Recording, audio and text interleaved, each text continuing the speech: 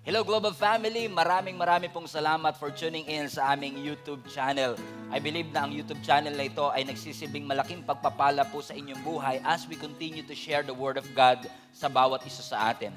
Right now, we are going to witness a message which I believe is going to transform your life. Naniniwala po kasi ako na ang salita ng Panginoon is not just informational but transformational. So fasten your seatbelt. Ihanda nyo na po ang inyong mga sarili. Kung kayo po ay may mga notebook, may mga ballpen dyan, i-ready nyo na rin po because I believe that this word is going to change your perspective and the way you see the Lord. So right now, we are going to watch this message and I hope that God is going to bless you. Father, in the name of Jesus, I pray that your word will be transformational. Gabayan mo, ingatan mo ang bawat isa so that each of us, Lord God, will receive the word that you have for us. I-correct mo kami, i-rebuke mo kami. Ma-inspire, ma-encourage, ma-motivate kami, Lord God, to believe in you and to trust you more than ever. In Jesus' name we pray. Amen. Proverbs chapter 3, verse 5 to 6. Proverbs chapter 3, verse 5 to 6. Trust in the Lord with all your heart. Usually, pag sa iba to binabasa ko, napapasigaw na sila, yeah! Trust in the Lord with all your heart, and lean not on your own understanding. In all your ways submit to Him, and He will make your paths straight. Trust in the Lord. Everybody say, trust the Lord. Sa Bisaya, salig sa Ginoo. Sabi mo sa katabi mo, trust the Lord with all your heart, and lean not on your own understanding. In all your ways submit to Him, to the Lord, and He will make your paths straight. I want to call this message, In God We Trust. In God We Trust. Napansin niyo ba sa panahon natin parang ang hirap na magtiwala? Sa dami ng mga scammer, hindi lahat ng text na nababasa mo ay galing sa mga taong nagmamahal sa'yo. Hindi lahat ng taong nagpupuyat kasama mo ay baka kasama mo habang buhay.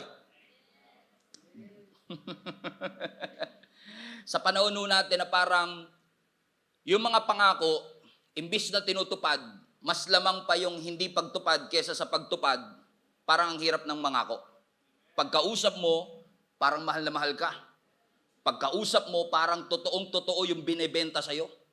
Pag sinesales talk ka, parang ikaw talaga yung lamang at makikinabang. Pero magugulat ka na lang, pag binili mo na yung produkto, pag sinagot mo na siya, kapag nandun ka na, scam pala. Amen. Kasi napansin niyo ba sa panahon natin, pag nangangako ang isang tao, parang hindi na ganun kabigat yung obligasyong tuparin ito. Kung kaya't ang tao, hirap nang magtiwala sa kapwa-tao, minsan kahit ka mag-anak na hirapang pagkatiwalaan, simply because based on the history, based on their credibility, hindi mo dapat pagkatiwalaan yan sapagkat hindi yan tumutupad sa tamang oras, hindi yan tumutupad sa kanyang pangako, at marami ng babaeng niloko yan. Correct mga kapatid? So ibig sabihin, yung kanilang history ay nakakaapekto sa kanilang credibility. Kung kaya't pag binasa natin yung verse na ito, na ang sinasabi ng scripture, to trust the Lord with all your heart. Kasi madaling pansinin nyo sa mundo natin, hindi naman tayo binabawalan at hindi mo rin naman binabawalan ang sarili mo magtiwala. Pero kapag nagtiwala ka, bihirang-bihira na 100% ang iyong pagtiwala. Sapagkat even sa relasyon, ang sasabihin nila sa iyo, huwag mong ibigay ang lahat. Magtira ka para sa sarili mo. Paano natin ngayon i-interpret ang scripture na sinasabing, we should trust the Lord with all our heart, kung dito sa mundo nasanay tayo that we trust na hindi 100% at hindi wholeheartedly. Paano nga ba tayo magtitiwala sa Panginoon at paano natin susundin ang utos ng Panginoon? Because yung sinasabi ng Proverbs chapter 3 verse 5 is not a suggestion. Hindi sinasuggest ng Bible na magtiwala ka. Inuutos ng Bible na magtiwala tayo sa Kanya ng buong puso. Para saan daw? Upang ang lahat ng ating mga hakbang at lahat ng ating dadaanan ay tutuwirin ng ating Panginoon. Napaka-wicked or crooked man ang daan, kung ikaw ay magtitiwala sa Panginoon, lahat ng iyong ways, kung i-acknowledge mo siya, God Himself will direct your path. We all want that. Gusto natin na ang lahat ng daan, lahat ng bagay na ginagawa ng Panginoon at lahat ng destination na inihanda ng Panginoon, gusto nating marating. Correct. Pero ang tanong, paano tayo magtitiwala kung nasanay tayo sa mundong ito na parang ang hirap-hirap magtiwala?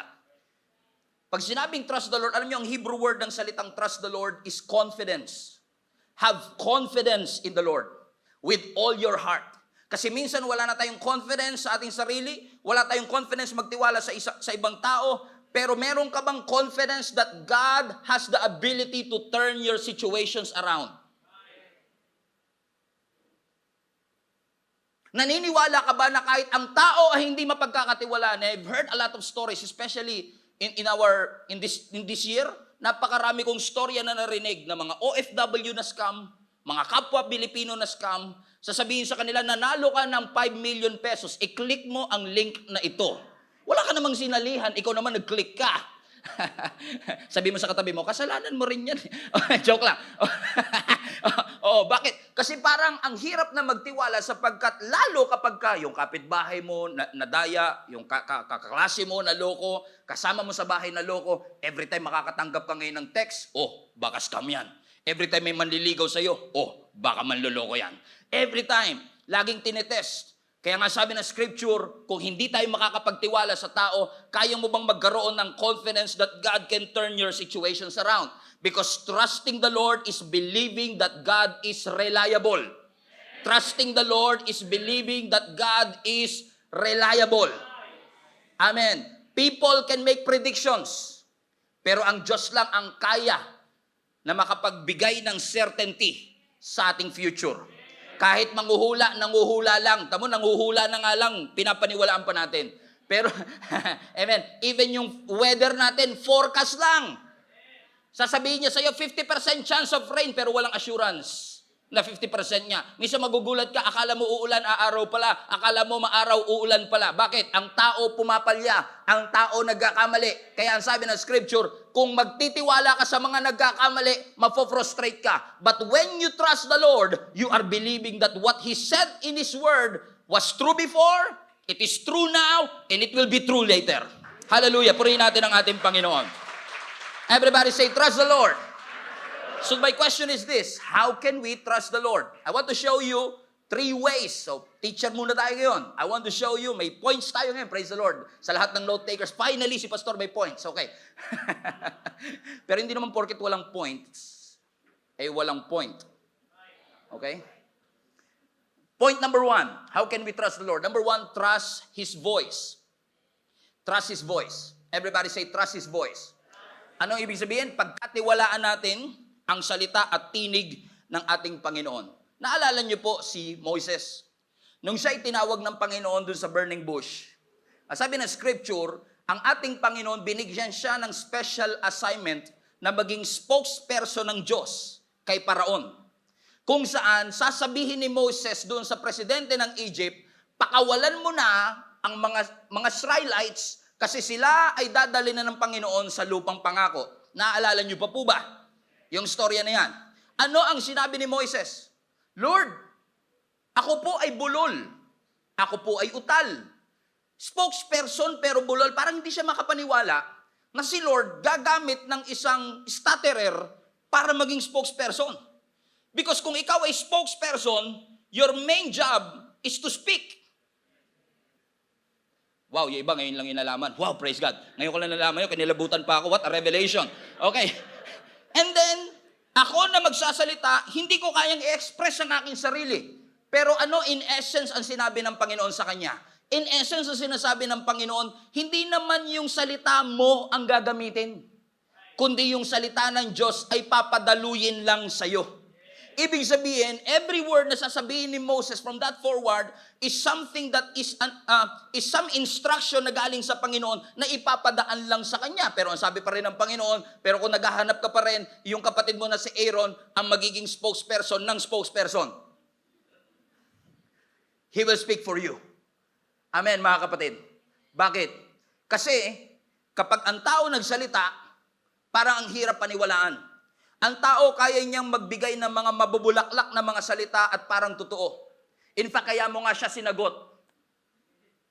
Kaya ka nga napabili kahit wala ka namang planong bumili. Nag-try nyo na ba pumunta kayo ng mall? Wala kayong planong bumili ng kalan at ng mga kaldero?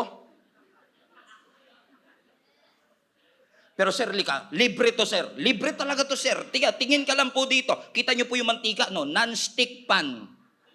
Hindi po dumidikit yan. Nung 3 day mo na sa bahay, dikit ng dikit. Na-sales stock ka. Sabi mo sa katabi mo, na-scam ka. Amen. Kasi ang boses ng tao pwedeng magsinungaling, pero ang boses ng Lord ay hindi magsisinungaling. Let me just say this to you. Marami tayong boses na naririnig araw-araw. Pero ang tanong, kaninong boses ang ating paniniwalaan? Sa Panginoon. Because trusting is a choice. Ang pagtitiwala, pinipili natin. Naalala niyo si Moises pa rin? Nung siya'y pumunta na sa promised land, hindi siya nakapasok eh. Sino ang pumalit sa kanya? Si Joshua. Si Joshua natakot siya eh. Sabi niya, paano na to? Hindi naman ako yung unang ininstrakan. Hindi naman ako yung unang sinabihan ng Diyos. Natakot siya. Ano nang next for me? Pero anong sabi ng Lord sa kanya? As I was with Moses, so I will be with you. Basahin niyo to, Joshua chapter 1 verse 5. Ano ang sabi dito? Everybody read this with me. 1, 2, 3, basa. No one will be able to stand against you all the days of your life. As I was with Moses, so I will be with you. I will never leave you. I will never forsake you. That's the voice of God. Ang sasabihin ng tao sa iyo, hindi kita iiwan, pero iiwanan ka niya. Pero ang boses ng Panginoon, kapag sinabi niyang hindi ka niya iiwan, hindi ka niya pababayaan. Ano ang ginamit ng Diyos dito na basis para magtiwala si Joshua sa kanya? Kung paanong sinamahan ko si Moises. Kung paanong tinutuo ko yung sinabi ko kay Moises. Kung paanong hindi ko binali yung pangako ko kay Moises, makakaasa ka na hindi ko rin gagawin sa iyo. Ang tanong, can you trust God when God said that to you? Kasi lalo sa atin, maaaring marami nagtatanong, Pastor, yun nga ang problema ko, hindi ko marinig yung boses ni Lord. Pag nagpipray ako, parang wala naman, naghahanap ako ng boses, pero narinig ko, butike, ganyan, tuko, yan. Yun yung mga narinig ko. Pero how can I trust the voice of God if I cannot hear the voice of God? Now listen to me. Sinabi rin naman ng scripture, di ba? Sinabi ng Bible sa atin that God speaks through His Word. Sa pamamagitan ng kanyang mga salita. Let me just say this to you. May pagmamahal na kasama po ito, ha? Hindi ka talaga makakapag-expect magsasalita si Lord pag di mo ito binabasa. Oo, talagang hindi magsasalita. Pag sinabi mong nagsalita ang Lord pero hindi mo ito binabasa, iba yung narinig mo. Okay, kasi dito nagsasalita ang ating Panginoon. Every time you open up your Bibles, ang sabi ng Psalms 23 verse 1, the Lord is my shepherd, I shall not want. Kapag sinabi ng Lord, you shall not lack, it is the Word of God. That's the voice of the Lord talking to you. Na sa panahon ng pangangailangan, nandyan siya. When you walk through the valley of the shadow of death, you should not be afraid. Anong pangako niya? I will be with you. Blessings and mercy shall follow you all the days of my life, and I shall dwell in the house of the Lord forever. That's the word of God. Psalms chapter 46. The Lord is my refuge and my strength, the very present help in times of trouble. That's the voice of God. It is the voice of God that keeps on speaking to us. Sometimes hindi rito, minsan through the church. Sa pamamagitan ng preaching. Sino sa inyo nakakapagsalita ang Panginoon sa inyo every time nakakarinig kayo ng preaching? Especially kapag sound and doctrine, talagang maririnig mo talaga ang boses ng Panginoon na parang nagsasalita sa iyo. Amen. Minsan may nagsasabi sa akin, Pastor, parang ako kinakausap mo. Hindi po ako nakikipag-usap sa inyo. Si Lord po nakikipag-usap sa inyo kasi hindi ko naman kayo kilala. Pero it is the Word of God. Alam niyo, ang prayer ko lagi, especially this morning, sabi ko, Lord, gamitin mo yung simpleng mensahe na to and divide it into 1,000 different ways so that your word will benefit the lives of each and every listener right now. That's the power of the Word of God. When you just listen to His Word. Napansin niyo, yung Bible lang, yung kapag binasa mo, binabasa ka din. Yung Bible, hindi mo kabisado, pero yung Bible, kabisado ka. May kakaiba sa Word of God na every time you read it, it's as if God is talking to you. Ako lang ba yung pag nagbabasa ng Bible, parang nabubuhay yung Bible sa'yo?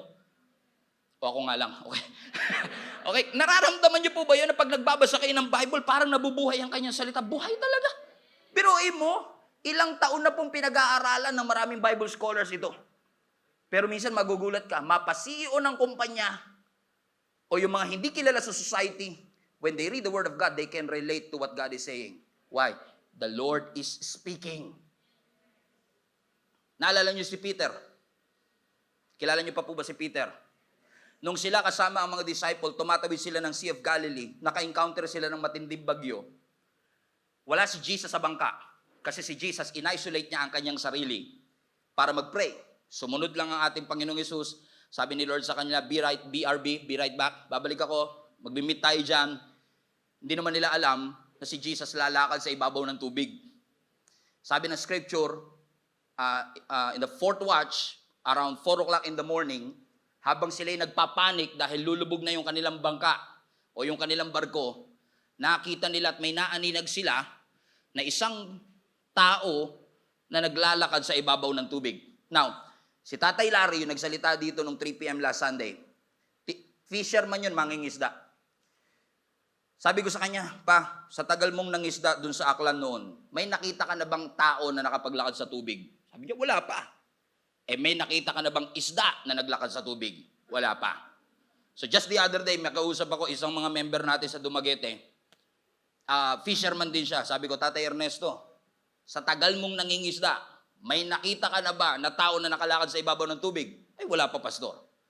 May nakita ka na bang isda na nakalakad sa tubig? Wala pa. So yung nakita nila, imposible.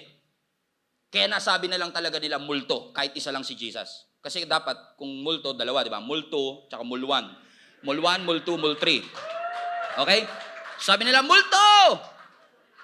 Multo! Hindi nila maaninag si Jesus, kaya napagkamalan nilang multo. Alam mo, minsan yung boses ng Lord na pagkakamalan mong multo, konsensya. Hindi mo maaninag si Lord. Sino ba yan? Lord! Multo! Tawag sila ng tawag sa Diyos. Multo! Hindi nila alam yung pagtawag nila sa Diyos. Yun na, sumagot na ang Panginoon. Sabi nila, multo! Minsan yung mga answer prayer natin, pinagkakamalan natin multo. Minsan yung mga milagro sa buhay natin, pinagkakamalan nating multo. Binigay na ng Lord, pinagkamalan mo multo, pinagtabuyan mo. Kasi hindi mo type. Hello? Okay. Sabi ng Bible, sumigaw sila, multo! Ang sabi ni Jesus, ano? Mga Bible readers, come on. Do not be afraid. It is I. Take your heart. Don't be afraid. It is I. Hindi nila nakikita ang mukha ng Diyos. Pero si Peter, nung narinig niya yung boses ng Diyos, sabi niya, Lord, if it is you, command me to come to you on the water. Notice, take note, si Peter, fisherman din. Of all those 12 disciples, siya ang nakakaalam, you can never walk on water. Correct? Ano sabi ng Lord? Come, lapit ka. And for some unknown, ridiculous reason, humakbang si Peter palabas ng kanyang bangka at nakalakad siya sa ibabaw ng tubig. Pinagkatiwalaan niya yung boses na narinig niya, kaya nagawa niya yung imposible. Sometimes kaya hindi tayo makagawa ng bagay na imposible at miraculous kasi hindi tayo willing lumabas sa ating comfort zone at sumunod sa boses ng Panginoon. I don't know who is this for, matagal ka nang tinatawag ng Diyos. Matagal ka na ring tumatakbo palayo. Take it from me. 3 years kong tinakbuhan si Lord. Ending, pastor na ako ngayon. Why? Hindi mo matatakbuhan ang boses ng Panginoon. Akala mo pag lumalayo ka, humihina ang boses? Hindi. Pag lumalayo ka, mas lalong lumalakas ang boses ng Panginoon na sasabihin sa'yo, sumunod ka na! Sabi mo sa katabi mo, sumunod ka na. Bitawan mo na yan. Hallelujah. Praise the Lord. Palapakan natin ang ating Panginoon. Are you willing to obey the voice of the Lord? Are you willing to obey the voice of the Lord? Let us obey the voice of the Lord. Bakit? Anong sabi ng Psalms chapter 9 verse 10? God do not abandon those who search Him. That's the voice that you are looking for. That's the word of God right there. Na hindi iniiwan ng Diyos ang mga taong naghahanap sa Kanya. Because na-realize ko mga kapatid, pag sumunod ka sa boses ng Lord, sometimes you will feel lonely. You will feel alone. Kagabi nga, sabi ko kay Lord, ibang klase si Lord eh. Kasi talaga tayo, sineseparate niya. Kung may calling talaga si Lord sa'yo, isiseparate ka niya eh. Isiseparate ka niya. At pag sineparate ka niya, mararamdaman mo talaga yung loneliness minsan kasi nakaseparate ka eh. So what if you're not really alone, but you're actually separated? Lalim masyado nun, pastor Okay Kasi minsan pakiramdam natin, lonely tayo, iniwan na tayo. Pero what if hindi ka naman talaga iniwan? Sineparate ka lang. Sino sa inyo may toothbrush? Gamitin ko na naman itong toothbrush na to. Sino sa inyo may toothbrush? Yung binili nyo po yung toothbrush ninyo, ilan yung katabi niyang toothbrush? 6. Tingin nyo, hindi niya namimiss yun? Nung tinanggal mo siya doon, kano na ako? I feel alone. I feel lonely. You're not alone. You're just separated. Sineparate ka lang ng Panginoon kasi ang pangako ng Diyos, He will not abandon you. That's the voice of God. And sometimes, minsan may mga thinking tayo, hindi ko naririnig ang boses ng Panginoon. Okay naman, lagi ko naririnig ang Panginoon. Ba't ako lang nakarinig at sila hindi nakarinig? You're not lonely. You're not crazy. You're just separated. God wants to separate you so that you will do the purposes of God in your life. Amen. Pwede bang sabihin ng toothbrush na, I need someone to talk to? Kasi nag-iisa na lang yung toothbrush. Pagka nilalagay mo siya sa bagay, pupunta ka sa ibang lugar, nag-iisa lang yung toothbrush dun sa bag niya, 3 days siyang nandun, tingin mo hindi siya nalulungkot? Tingin mo hindi siya nag-aantay, naghahanap ng aruga ng mga kapwa niya toothbrush? Tingin mo hindi niya namimiss yung mga nanay at tatay niyang toothbrush? Namimiss niya din.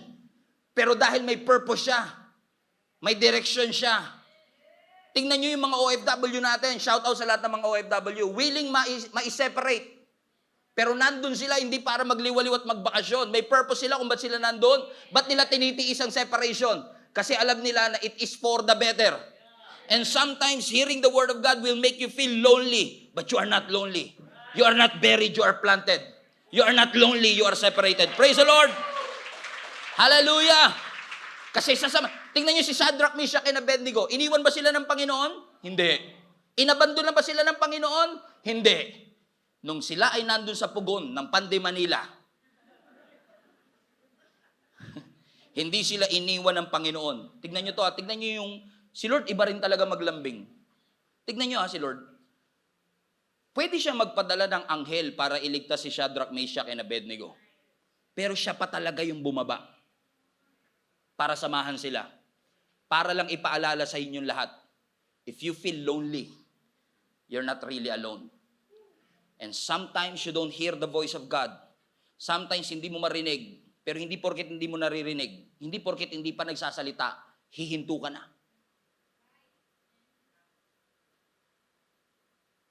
Amen. Sabi mo sa katabi mo, huwag kang mag-quit, huwag kang hihinto, huwag kang susuko. Amen? Pag naglo-long drive kayo sa probinsya, naka-Waze kayo, pag yung Waze hindi na nagsasalita ng matagal, hindi laging ibig sabihin wala kayong internet. Minsan ang sinasabi lang ng Waze, hindi ako nagsasalita kasi ibig sabihin, diretso ka lang. Tuloy ka lang. Hindi porket hindi nagsasalita yung Waze, hihinto ka na. Waze, magsalita ka. Sinabi ko na nga, straight ahead, 42 kilometers. Gusto mo every kilometer magsalita ako? Sabi mo sa katabi mo, hindi talaga magsasalita. May instruction na eh. Minsan may lalabi sa akin, Pastor, gusto ko marinig ang boses ng Panginoon kung talaga bang inuutusan niya ako maglingkod sa Kanya. So ano, narinig mo ba? Hindi nga po. Kasi nga hindi mo talaga maririnig. Matagal nang nagsalita eh. Sinabi na nga maglingkod ka eh. Wag mo na. God will not state the obvious. He already commanded it to you. Sinabihan ka na niya. Gawin mo. Pagkatiwalaan natin ang boses ng Panginoon. Amen? Pangalawa, trust His timing. Trust His voice. Everybody say trust. Magtiwala tayo. Amen, sa timing ng ating Panginoon. Everybody say timing. I always say this, timing is everything. Correct? Pag sumobra ang luto, sunog. Pag kinulang ng oras, hilaw. Kailangan, tamang-tama. Ang timing napakahalaga. Sa lahat ng mga estudyante, kung hihingi kayo ng dagdag baon, timing is everything. Huwag niyong ita-timing na mainit yung ulo ng tatay ninyo, tsaka kayo manghihingi ng baon, baka bawasan pa yan. Sa mga asawang lalaki, pag maglalambing kayo sa asawa ninyo, timing is everything. Hallelujah. Amen? Sino sa inyo naniniwala timing is everything? Tignan niyo yung mga doktor. Pag nagreseta ng gamot, ano sasabihin? Inumin mo to every 4 hours, every 6 hours, twice a day, once a day. Ba't nila sinasabi yun? Bakit? Kasi napakahalaga nung timing. And kung gagawin mo religiously at sinabi nila inumin mo yung antibiotics for 7 days and you follow it, gagaan ang pakiramdam mo. Yung nga lang, pagdating ng 3 days, gumana ang pakiramdam ko. Sayang naman yung pera ko, iinumin ko pa ito. Diba? Ang tigas-tigas yung ulo natin, ano? I mean, ayaw natin magtiwala sa timing kasi nakakita ka na ng konting progress, nakala mo answered prayer na. Hallelujah. That's a different message altogether. Hallelujah. Everybody say, trust is timing. Naalala niyo si Abraham? Si Abraham, pinangakuan ng Panginoon at the age of 75 na siya ay magiging descendants. Ang kanyang descendants ay magiging kasing rami ng bituin sa langit at the age of 75. So mas matanda siya ng 10 taon sa asawa niyang si Sarah. So si Sarah at that time ay 65 years old. Question, kung ikaw ay 75 at ang asawa mo 65, pinangakuan ka na magkakaanak ka, 10 na lang, 10. Maniniwala ka? Siguro, pastor, ko asawa ko 25. Tas ako 75, baka pwede pa. Pero yung asawa ko rin 65, baog pa. Ang sabi ng scripture, si Sarah, baog na, 65 pa. Talagang hindi lang way beyond childbearing years. Talagang imposible magkaanak. Pero alam mo, kahit mahirap, in essence, nagtiwala sila sa Panginoon. Amen? And then 24 years later, 75 plus 24. Come on, 75 plus 24. Nahirap, ayoko na dito sa church na to, may math pala. 75 plus 24, 99. At the age of 99, ilan na si Sarah? Ilan na si Sarah? 89. At the age of 99, nagpakita uli yung anghel. Siguro, nung nagpakita yung anghel, siguro, finally, ito na yung answered prayer. Ang sabi ng anghel, next year, tutuparin ko na ang pangako ko. Tingnan niyo yun. Pwedeng sabihin ni Abraham, 24 years na ako nag-antay, hindi nga dumating. Tapos ngayon, 1 year na naman. In fact, sa sobrang ridiculous nito, si Sarah nga natawa na siya. Sabi niya, kung nung 65, baka pwede pa. Pero ngayon, 89 na ako. Hindi na ako concerned sa skincare, tsaka exercise. Ang concern ko na lang ngayon, matulog ng tanghali, ganyan, matulog. Pero nangako ang Panginoon, and God being true to His word, being trustworthy, at the age of 100 years old, bago makakuha ng 100,000 sa Philippine government. Ang sabi ng Bible, dumating yung kanyang unang anak na si Isaac. Question, kung ngayon mangyayari yan, na meron kayong kapitbahay, 65 years old nagkaanak, pag-uusapan kaya? Balita kaya yan? Lalo na pag 90. Bakit? Sa timing ng mundo, sa timing ng tao, tapos na.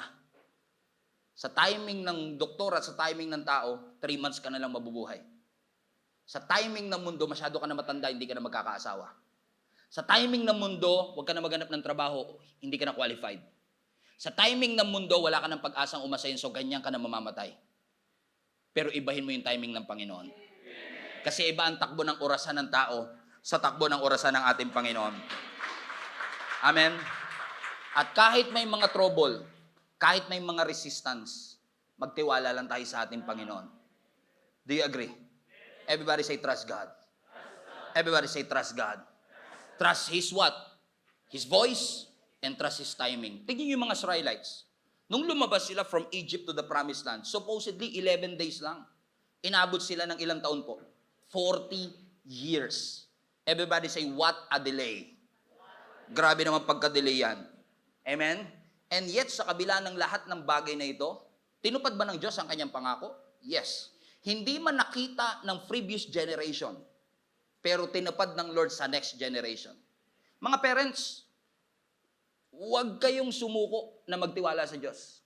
Maaring hindi mo makita sa generation mo, pero siguradong makikita sa next generation. Amen? Kasi naniniwala ako, lahat, makaramihan, kasi tignan nyo yung Hebrews 11, yung tinatawag nating Hall of Faith. May mga sinasabi ang scripture diyan na merong mga pinangakuan ng Diyos na hindi natupad sa kanilang lifetime, pero tinupad ng Lord sa kanilang mga descendants. Bakit? Ang Diyos, He is true to His word. He is faithful to His word. He is trustworthy. Tinutupad niya ang kanyang pangako. Hindi man natin maabutan, pero siguradong mangyayari pa rin kasi ipinangako ng ating Panginoon. Hallelujah! So we trust His timing. Sabi mo sa katabi mo, hindi pa uli ang lahat. Sabi ng tao, imposible na. pero sa Diyos hindi pa. Amen? You will live and you will not die. I don't know who is this for, pero sinasabi ng Panginoon, you will live and you will not die. Hallelujah! Tingnan niyo si Job. Si Job, alam natin ang story niya. 10 ang kanyang anak, namatay sabay-sabay. Lahat ng wealth niya nawala, pati health niya na-jeopardize. Alam niyo po ba na yung book of Job is 42 chapters? Job 1, ipinakita kung sino si Job. Job 1 and 2, pinakita yung credentials ni Job. He was blameless and righteous, upright sa harap ng ating Panginoon, and yet nakaranas ng trouble. Kasi hindi naman pinangako ng Bible that you will not experience trouble. Ang pangako ng Lord, the trouble will not last. Hallelujah. Ano ang sabi ng scripture? 42 chapters na ipinakita sa atin kung gaano kahirap ang pinagdaanan ni Job. Pero curious ba kayo sa last 2 verses ng Job 42? Kung ano ang naging conclusion ng buhay ni Job? Tingnan niyo to. Ang sabi ng Job chapter 42, sa pinakahuling part, these are the last 2 verses of Job 42. After this, Job lived 140 years. He saw his children and their children to the 4th generation. Watch this. And so Job died an old man, and full of years. Full of life. Sa ibang translation, he died and he was fulfilled. Grabe yung pinagdaanan niya. And yet fulfilled. And then, upon researching about the life of Job, I've realized na lahat pala ng mga struggle na pinagdaanan niya, yung ketong, yung pagkamatay ng kanyang anak, yung pagkawala ng kanyang negosyo, kung pagsasama-samahin mo, it only took about 9 months all in all. 9 months all in all. Dumaan siya sa matinding pagsubok, but only for 9 months. What does it imply to all of us? Minsan, pag nandun ka sa gitna ng sitwasyon, kala mo wala nang katapusan. Akala mo parang wala nang wakas. Akala mo parang wala nang light on the other side of the tunnel. Parang pakiramdam mo, nandun ka na lang lagi sa lubak at wala ka ng pag-asa. Pero ipinapaalala sa atin ng ating Panginoon that God is beyond time and space. Na kung tayo nakikita lang natin yung present, ang nakikita ng Lord ay yung future, and God will never waste your pain. Kung inalaw ka niya na mag-endure ng troubles and difficulty and challenges in your life, hindi yan ginawa at inalaw ng Panginoon para pagtawanan ka, kundi para i-prepare ka for the next season of your life.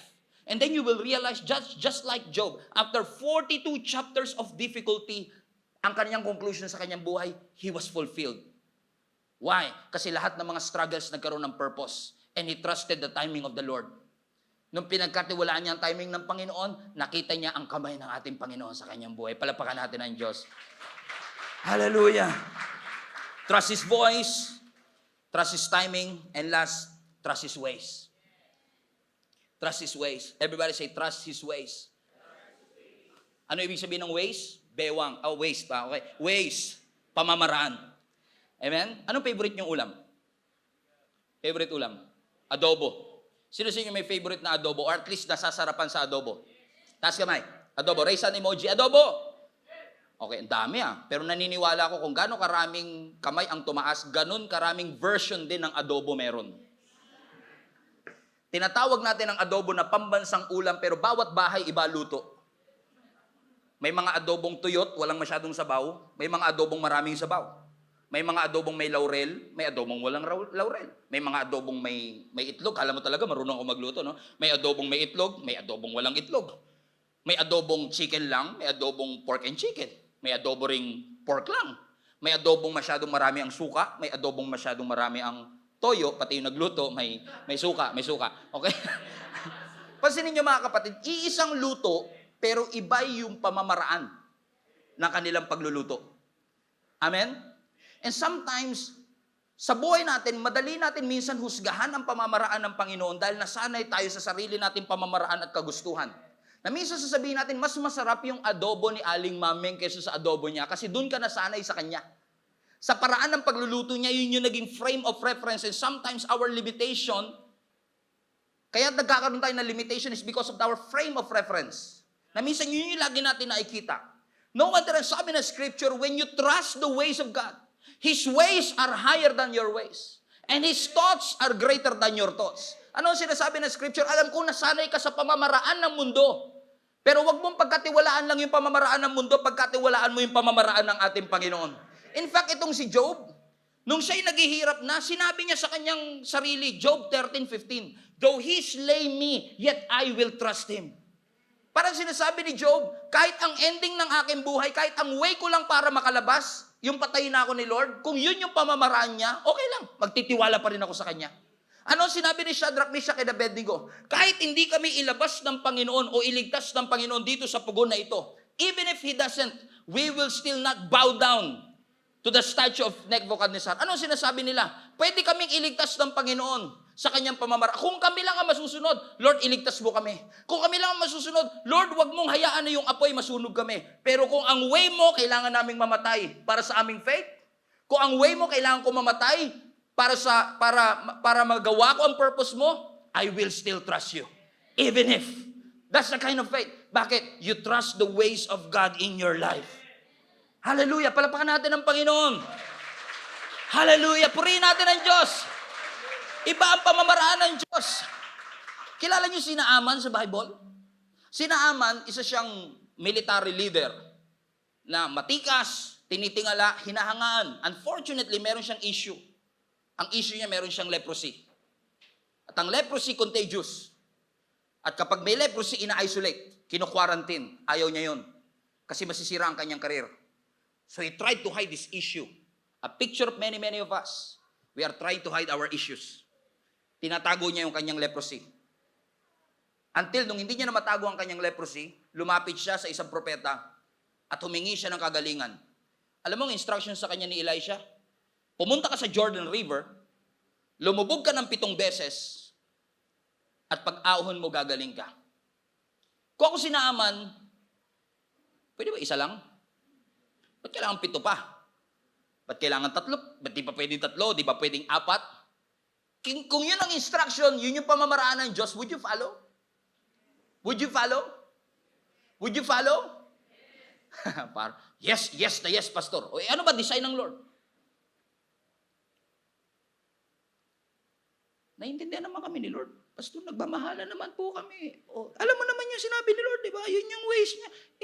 Nakakaintindi naman si Lord, Pastor. Alam niya naman yun. Pinag-pray ko naman sa kanya, makakilala na to eh. Everybody say, trust His ways. Ano nangyari kay Naaman? Nasabi ng scripture, pagdating, by the way, kung ako si Naaman, and by the way, si Naaman nag-complain siya. Alam niyo kung bakit? Kasi pinapalubog siya sa river, sa Jordan River. Alam niyo po ba, ang Jordan River is one of the dirtiest river in ancient history. May skin disease ka na nga, ilulubog ka pa sa maruming tubig. I mean, di ba? Tayo kapag marumi, dinidisinfect. Hindi ka lulubog sa mas marumi pang ilog to make matters worse. Naalala niyo si Jesus? Nung pinakain niya yung 15,000 people, gutom na yung mga tao. Sabi ng Lord, group yourselves into 50. Gutom na group pa into 50. And you know how difficult and how time-consuming it is na i-segregate mo sila ng tig 50, knowing na 15,000 people, may ibang Bible scholar pa, sabi 20,000 people. Ilan lang yung disciples? 12. Judas pa yung isa. Ano sabihin na, 1, 2, 3, 4, 5, 6, 7, 8, 9, 10, 50, group 1, 1, 2, 3, 4, 5. Imagine niyo kung gaano ka time-consuming, pero God is a God of order. God is a God of order. You follow His design, you will benefit from it. You follow His ways, you will receive the blessing. You follow the order, you will eat. Nakakain sila kasi sumunod sila. Nagutom sila ng medyo matagal-tagal, pero nakakain sila. Tinupad ng Lord ang kanyang pangako. Si Naaman, wala siya nagawa. Kahit na meron siyang military leader siya, kahit na sabihin natin meron siyang say, medyo na-offend pa nga siya dahil hindi siya hinarap ng propeta, pero wala siyang choice. Kasi pag wala ka na talagang choice, minsan, kahit ano, gagawin mo na. Ginawa ni Naaman, lumubog siya. Unang lubog niya sa Jordan River, pag-ahon niya, may leprosy pa rin siya. Pangalawang lubog niya, may leprosy pa rin siya. Pangatlong lubog niya, siguro sabi niya, this is stupid. Lalo lang dumudumi, lalo lang kumakate yung sugat ko eh. Pangatlong lubog ko na to. Lalong nangate, may burak-burak pa dito. Pero sabi ng scripture, he followed anyway. Fourth, fifth, there's nothing magical about it. Lulubog ka. What's the sense? Pero ang sabi ng scripture, paglubog niya ng 7 beses, pag-ahon niya, yung kanyang balat ay parang naging balat ng sanggol. His skin was restored. Sa ways ng ancient Israel, kailangan pumunta sa priest, ipacheck mo ang sarili mo, siya magdideclare kung malinis ka. Pero sa ways ng Panginoon, sundin mo ko, and you will see the miracle happen before your very eyes. Naging kasing kinis siya ng balat ng sanggol. Naalala niyo yung mga Israelites? Nung sila'y umiikot sa Jericho Wall, ang sabi ng Lord sa kanila, umikot kayo once a day for 6 days. And on the 7th day, iikot kayo ng 7 beses.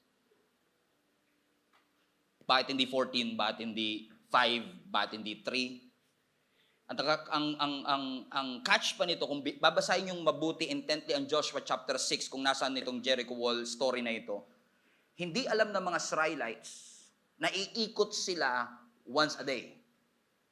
Ang instruction nila sa kanila, iikot kayo, ang assumption nila, makikipaglaban kami after namin umikot. Kung ilalagay mo ang iyong sarili sa mga Israelites, pag ikot nila dun sa Jericho Wall ng unang araw, at sinabi ni Joshua, uwi na tayo, balik tayo sa camp, kasi umuwi sila sa camp after. Sasabi siguro ng mga soldier, anyari? Pinaikot kami? Hinasa ko pa naman yung espada ko. Ang kintab pa naman ng armor ko, ready to fight ako. Baka bukas. Baka bukas. Sige lang. Pagkatiwalaan lang natin. Kinabukasan, sabi ni Joshua, guys, ready na ba kayo? Yes, sir! Ready! O, kumain na ba kayo? Opo, pinagluto na po kami ng sopas. Ready! Excited siguro sila Pagdating ng 2nd day, pag-ikot nila, pinabalik uli sila sa camp. 3rd day, pinabalik uli sila sa camp. Siguro 4th day, marami nang ayaw Marami na nagdadabog. Buti na lang wala silang cellphone kasi kung may Facebook na ron, binash na nila si Joshua, gumawa sila ng hate page para kay Joshua. I-cancel natin si Joshua. This is not good. Pinapahirapan niya tayo. Cancel.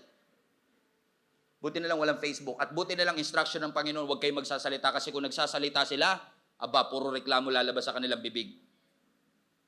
Pero ang sabi ng scripture, pagdating ng 7th day, here you go. Siguro alam na nila ang drill. Okay, alam na namin sir, ikot na naman kami. Ikot sila unang beses. Siguro iba pa uwi na after ng unang ikot. Pero sabi ni Joshua, wait guys. This day pala, 7 beses tayo iikot. Ha? Umikot sila 7 beses. After 7th, for a total of 13 times, inukutan nila ang Jericho Wall. Sumigaw sila ng napakalakas and God delivered Jericho into them. Bakit? Kung babasahin nyo yung Joshua chapter 6, ang battle, yung laban, tapos na bago pa ito nagsimula. Kasi ang sabi ng scripture, sabi ng Lord kay Joshua, I have delivered Jericho into your hands. Hindi pa sila nagsisimula, pero past tense na yung ginamit ng Panginoon. Bakit? Sa mata ng Panginoon, tapos na. Sa nakikita ng Panginoon, tapos na. All you have to do is follow His ways, follow His instruction, follow His order, so that you will benefit and you will enjoy this. Kung huminto sila sa 6 days, nakita ba nila yung pagbagsak? Hindi. Kung huminto sila sa pang-6 na ikot nung 7th day, naranasan ba nila ang breakthrough? Hindi. Pero dahil sumunod sila all the way sa ating Panginoon, kahit na parang yung pamamaraan namin mas maganda sa pamamaraan mo, kahit pakiramdam ko mas matalino ako sa iyo, pero dahil ikaw ang aking Panginoon at ang aking Diyos, Lord, I submit my wisdom, my ability, my experience, and my education into your hands. Ito ang nakagawian ko, ito ang nakasanayan ko. Pero dahil ito ang sinabi mo, I will hold on to the truth of God's word and I will trust your ways anyway. I will trust you with all my heart, with all my soul. Kahit na parang hindi ko pa nakikita, pero dahil ito ang instruction mo, I will follow you no matter what. Kasi, ang gusto ng Panginoon, we trust Him. Anong sabi ng scripture? Balikan natin sa Proverbs 3. Trust the Lord with all your heart. Sa tibuok mong kasing-kasing, with all your heart. And lean not on your own understanding. Alam niyo po ba, na yung Hebrew word ng salitang with all your heart is actually sa bawat tibok ng iyong puso. Pagkatiwalaan mo ang Panginoon sa bawat tibok ng iyong puso. Tignan nyo nga po yung inyong puso. Kapain nyo. tumitibok. Pero sure ako, yung tibok ng puso ng katabi mo, iba ang speed sa tibok ng puso mo. Pag masyadong mabagal ang tibok, delikado. Pag masyadong mabilis, delikado. Bawat isang puso may kanya-kanyang timing. It is a reminder for all of us. You trust God. Anumang timing, anumang lagay ng ating puso. Ano daw ang instruction? Trust the Lord with all your heart. Ang sabi, and do not, Proverbs 3, and do not lean on your own understanding in all your ways, in all your small decisions, in all your decision making. Acknowledge the Lord, submit it to His will, submit it to His ways, and He shall direct your path. Amen? Amen? Alam ko marami mga pagkakataon, pakiramdam natin mas marunong tayo sa Panginoon. Pero paalala lang ng Lord sa atin, trust Him. Trust Him. I wish I could say, I prophesy anyway, that in this church, we trust the Lord with all our heart. We do not depend on our own understanding. Ang sabi ng mundo, dahil hindi ka nakagraduate, hindi ka na pwede mag-succeed. Pero God has a plan for your life. You cannot change your past, but God can definitely change your future. God has the ability to turn your depression into celebration. God has the ability to turn your doubt into confidence. And God has an ability to transform an overthinker to an overcomer. Just believe. Believe and trust Him with all your heart, with all your soul, with all your mind. Trust His voice. Trust His timing. Trust His ways. Lean on Him. Depend on Him. Depend on the Lord. Sumandal ka sa Panginoon. And God Himself will direct your path. Father, we acknowledge your sovereignty and your grace in our lives. Panginoon, without you, we are nothing. So today, God, I know, naniniwala ako, Panginoon, na inalaw mong marinig namin ang mga salitang ito kasi gusto mong ipaalala sa amin na napakahalaga na ang bawat isa sa amin ay marunong pong magtiwala sa iyo. So sa mga panahon, O Diyos, na kami nagdududa, nawawala ng pag-asa. Lord, ang dalangin ko muli mong i-renew yung ability namin to trust you. Ability namin to believe that all things will work together for the good of those who love you. Maaring hindi kami dumaranas sa mga challenges ngayon and maybe nasa atmosphere kami ng celebration, but I know time will come that our faith will be challenged. Sa panahon, O God, that our faith will be challenged, our finances will be challenged, our relationship will be challenged. Lord, ang dalangin ko, ipaalala mo sa amin ang mensaheng ito, Panginoon, that we should trust you. Na magtiwala po kami sa iyo, Panginoon. At kung narinig namin ang tinig mo, magtitiwala kami, Panginoon. Kahit may uncertainty sa future, naniniwala kami, Panginoon, na nakikita mo, Panginoon, ang aming kinabukasan, and we will trust you. We will trust the God, the sovereign God who made the heavens and the earth that will take care of us. That you want good things in our lives and you want us, Lord God, to experience everything that you have bled and died for at the cross for all our sin. Lord, I pray in Jesus' name and I declare abundant life, blessed life, malayang buhay ang maranasan ng bawat isa sa amin, Panginoon. Lahat ng tumatali sa amin, lahat ng fear, lahat ng doubt, lahat ng anxiety, lahat ng depression na tumatali po sa puso ng aking mga kapatid, ay wasakin mo, Panginoon. Turn our mourning into dancing, our sorrow into joy. Let there be beauty for ashes, Lord God, sa aming mga buhay, so that each of us, Lord God, will be able to prove once again in our lives na totoo ka nga po talaga, Panginoon, sa iyong mga salita. And you have proven yourself over and over again sa napakaraming panahon na ikaw ay trustworthy, na mapagkakatiwalaan ka. And now we commit ourselves to trust you again. To trust you, Lord God, even when situations are challenging.